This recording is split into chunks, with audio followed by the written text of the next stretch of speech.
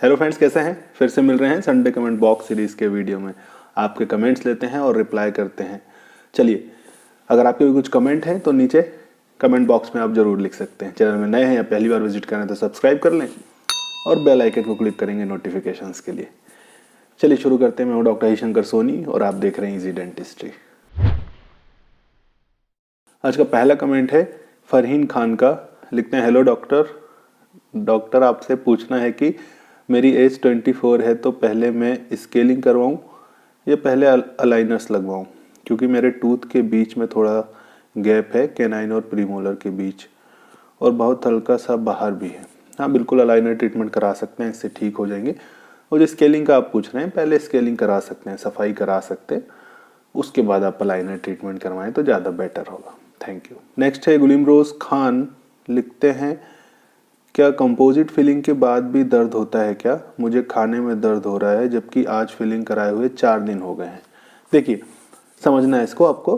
आप composite filling कराएं या फिर ग्लास आइनोमर सीमेंट फिलिंग कराएं या कोई और भी फिलिंग कराएं, अगर अंदर डीप है, जो फिलिंग हुई है वो डीप है, इन्फेक्शन अंदर तक था, जो पल्प की लेयर होती है वहां तक है, तो इसमें दर्द आपको होगा।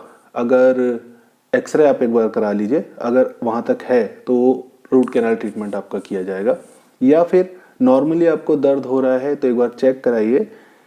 जो बाइट है, जो फिलिंग करते हैं वो थोड़ा सा ऊपर अगर होती है तो उसको ट्रिम करना पड़ता है, छोटा थोड़ा कम करना पड़ता है। कम कर देंगे तो आपका ठीक हो जाएगा। अगर अंदर इन्फेक्शन नहीं होगा तो ये 2 कंडीशन हो सकती है, चेक कराना है आपको। Thank you. नेक्स्ट कमेंट है बिमल बज्राचार्य का। लिखते हैं, सर जबड़े खोलने में और खाने में बहुत प्रॉब्लम है, क्या करें, कैसे संपर्क करें? देखिए, आपके पास जो भी डॉक्टर हैं, डेंटिस्ट हैं, उनसे आप मिल सकते हैं। ये प्रॉब्लम 2 कारणों से जनरली हो सकती है। एक, हमारा यहाँ पे जो जॉइंट होता है, जैसे हम खोलते हैं, यहाँ पे आप उंगली रख के चेक करेंगे तो फील होगा। ऐसा मुंह खोलेंगे तो यहाँ पर फील होगा, तो इसके कारण प्रॉब्लम होती है। TMJ इसको हम बोलते हैं, टेम्पोरोमैंडिबुलर जॉइंट। या फिर जो मसल्स हमारे अटैचमेंट होते हैं, जो मुंह खोलने में और बंद करने में, बोलने में, खाने में एक्टिव होते हैं, यूज होते हैं, उनमें अगर कोई प्रॉब्लम है तो ऐसा होता है। चेकअप आपको कराना है, आपके जो डेंटिस्ट हैं उनसे आप करवा सकते हैं। Thank you. अगला कमेंट है शशि लोधी का। लिखते हैं, सर मेरे कैपिंग वाले टीथ में टार्टार जम गया है अंदर की तरफ, तो क्या ये ट्राई कर सकते हैं? होम रेमेडीज का पूछ रहे हैं। देखिए, जनरली प्लाक जो है वो होम रेमेडी से निकल जाता है। टार्टार जो होता है वो हार्ड होता है, कैलकुलस जिसको बोलते हैं। और कैपिंग आपने करवाया हुआ है आर्टिफिशियल, उस पर जम गया है, बेटर होगा कि आप उसको मशीन से क्लीन करा लें। बहुत इजीली क्लीन हो जाएगा और बहुत कम समय में क्लीन हो जाएगा।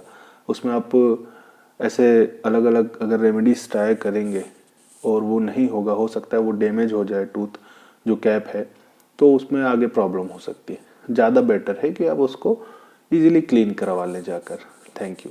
अगला कमेंट है किरण कपूरिया का। लिखते हैं, रूट कैनाल बेस्ट है या डेंटल कवर बेस्ट है?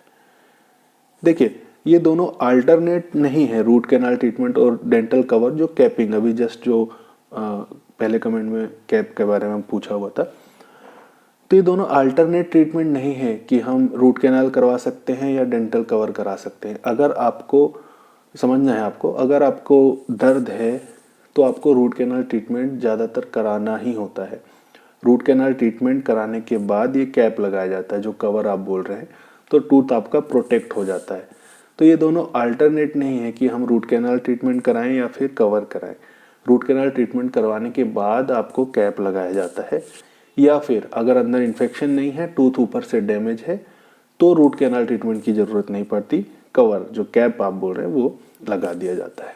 Thank you. अगला कमेंट है ओम प्रकाश कुशवाहा का। लिखते हैं, ब्लीचिंग से इंट्रिंसिक फ्लोरोसिस दूर हो सकती है, कितने समय प्रभावी रहता है?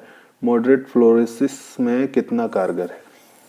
देखिए, ब्लीचिंग कर सकते हैं फ्लोरोसिस के केसेस में। मॉडरेट फ्लोरोसिस का बोल रहे हैं आप, बिल्कुल रिजल्ट मिलता है, लेकिन बहुत ज़्यादा, जो कि फैक्ट है, ट्रूथ है, बहुत ज़्यादा इफेक्ट आपको नहीं मिलेगा कि बिल्कुल से ठीक हो जाएगा। शेड आपका लाइट जरूर हो सकता है, पैचेस थोड़े तब भी दिख सकते हैं। अगर हम कुछ समय के लिए करवाना चाहते हैं तो बिल्कुल इसमें ब्लीचिंग ट्रीटमेंट करवा सकते हैं, लेकिन ये हमें ध्यान रखना है कि ये परमानेंट ट्रीटमेंट नहीं है फ्लोरोसिस का। कुछ समय के लिए लाइट जरूर हो सकते हैं, टीथ वाइट ज़रूर हो सकते हैं तो करवा सकते हैं, परमानेंट ट्रीटमेंट ये नहीं रहेगा। Thank you. अगला कमेंट है रविंद्र सोरेन का, लिखते मेरे दांतों में बार बार लिखना चाह रहे हैं, बार बार स्केलिंग करवाने के बावजूद भी दांत दोबारा से गंदे हो जाते हैं। प्लाक लिखना चाह रहा है, प्लाक बनता है सर, मुझे क्या करना चाहिए, please reply me sir. Okay, देखिए बार बार साफ़ कराने पर भी अगर गंदे हो रहे हैं, जनरली आपको साल में 2 बार कराना होता है। अगर ज़्यादा गंदे होते हैं तो मशीन से बार बार साफ़ नहीं करवाइए, 2 बार करवा सकते हैं अच्छे से।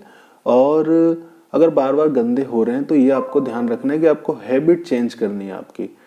2 बार ब्रशिंग करना है आपको, उसके बाद कुल्ला करने की आदत डालना है आपको, कुछ भी खाएं तो कुल्ला करना है, उंगली से आपको ऐसा क्लीन करना है। उसके बाद आपको ध्यान देना है कि आप जो पानी पीते हैं, रेगुलर जो पानी पीते हैं वो कैसा है। कई बार पानी के कारण भी होता है, तो आपको चेक कराना है कि कहीं पानी के कारण तो आपके दांत ऐसे गंदे नहीं हो रहे हैं बार बार, ज़्यादातर पानी के कारण ही होता है, तो ये चेक कराएंगे। Thank you. अगला कमेंट है आरजे स्टडी का, लिखते हैं सर मेरा एज 24 साल है, क्या मैं अपने दांतों में वायर वाला ट्रीटमेंट करवा सकता हूँ क्या? बिल्कुल, 24 साल के हैं आप, बिल्कुल वायर वाला ट्रीटमेंट करा सकते हैं। ऑर्थोडोंटिक ट्रीटमेंट या ब्रेसेस जिनको हम बोलते हैं, बिल्कुल करा सकते हैं आप। Thank you.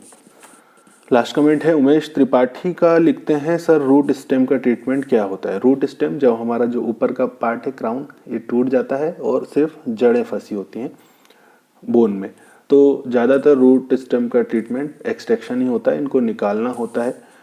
अगर कुछ केसेस में रूट अच्छी हैं, बोन में इम्पैक्ट हैं और ये कह सकते हैं हम कि सपोर्ट ले सकते हैं हम उससे दांत को लगाने के लिए, तो उनको क्लीन करके पोस्ट एंड कोर एक ट्रीटमेंट होता है, उससे उसको करके उसके ऊपर टूथ कैप लगाया जा सकता है।